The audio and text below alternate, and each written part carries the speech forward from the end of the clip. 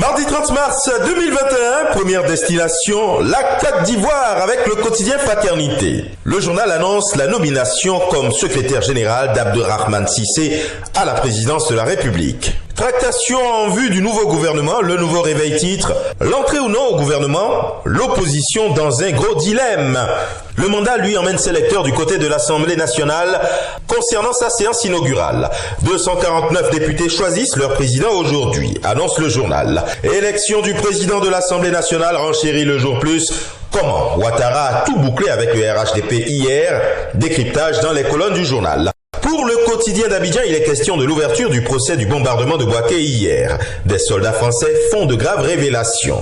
Tout sur les témoignages accablants. Juste à côté au Burkina Faso, avec le quotidien L'Information pour tous, on évoque les manifestations devant le MENA-PLN. Les élèves exigent l'annulation de la réforme des examens. Liberté, lui, au Togo, explique comment Vincent Bolloré a fait main basse sur le port de Tema. Même modus operandi aussi bien au Togo qu'en Guinée. Une halte au Gabon où le quotidien L'Union revient sur les 4 vérités du président. Sa santé, 2 ans et demi après l'accident vasculaire cérébral dont il a été victime, la gouvernance, le choix des personnes, avec en ligne de mire celui d'un vice-président de la République. Les affaires, la gestion de la pandémie de Covid-19, ainsi que les réformes sont autant de sujets qu'aborde sans phare, dans un entretien long chez Jeune Afrique, le président gabonais Ali Bongo Ondimba. Au Cameroun, avec Cameroun Tribune politique du manuel scolaire, les clarifications du Premier ministre et l'émergence, lui, d'expliquer pourquoi les Camerounais sont dans le noir en ce qui concerne les coupures d'énergie électrique intempestives constatées. L'œil du ciel, lui, a vu ce jour l'armée infliger une correction à Boko Haram du côté de Dabanga. Et mutation qui célèbre la victoire de son compatriote, Ngannou the King. Écrit fièrement le journal. Au pays de la Teranga, le quotidien fait un focus sur la création d'emplois et explique pourquoi Diouf, Wade et Macky ont échoué. Et le soleil de faire une passerelle entre le précédent sujet et celui de l'emploi des jeunes, qui reste pour lui l'éternel défi. Assailli par une forte demande sociale, Macky encerclé, écrit Tribune.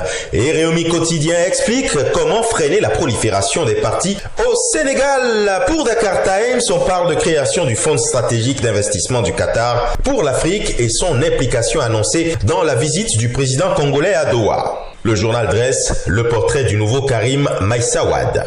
Cap sur le Bénin avec La Nation qui annonce le top de la campagne de vaccination en ce qui concerne la lutte contre le Covid-19 dans le pays. Lancement de la campagne de vaccination renchérit le matinal, 2 ministres vaccinés. Le pays émergent profite de sa livraison du jour pour indiquer que le CADHP exige l'annulation des arrêts de la criette contre Sébastien Adjavon. Ce qui constitue justement une nouvelle décision de la Cour africaine contre l'État béninois. Et avec le Télégramme, la même chose. Au sujet de l'arrêt numéro 007-3C corps de la Criette, la Cour africaine ordonne l'arrêt de la poursuite contre Adjavon. Le journal propose dans ses colonnes l'intégralité de la décision. Et nous allons atterrir en Afrique du Nord avec le quotidien Chérifien le matin. Séminaire à Rabat pour renforcer la contribution des femmes chefs d'entreprise au développement inclusif et durable de l'Afrique. Le Maroc et la Commission économique des Nations Unies pour l'Afrique mobilisent les femmes immigrées entrepreneurs. Et ce sera tout pour aujourd'hui. Mais encore, prudence, vigilance et surtout, n'oubliez pas les gestes barrières. À demain.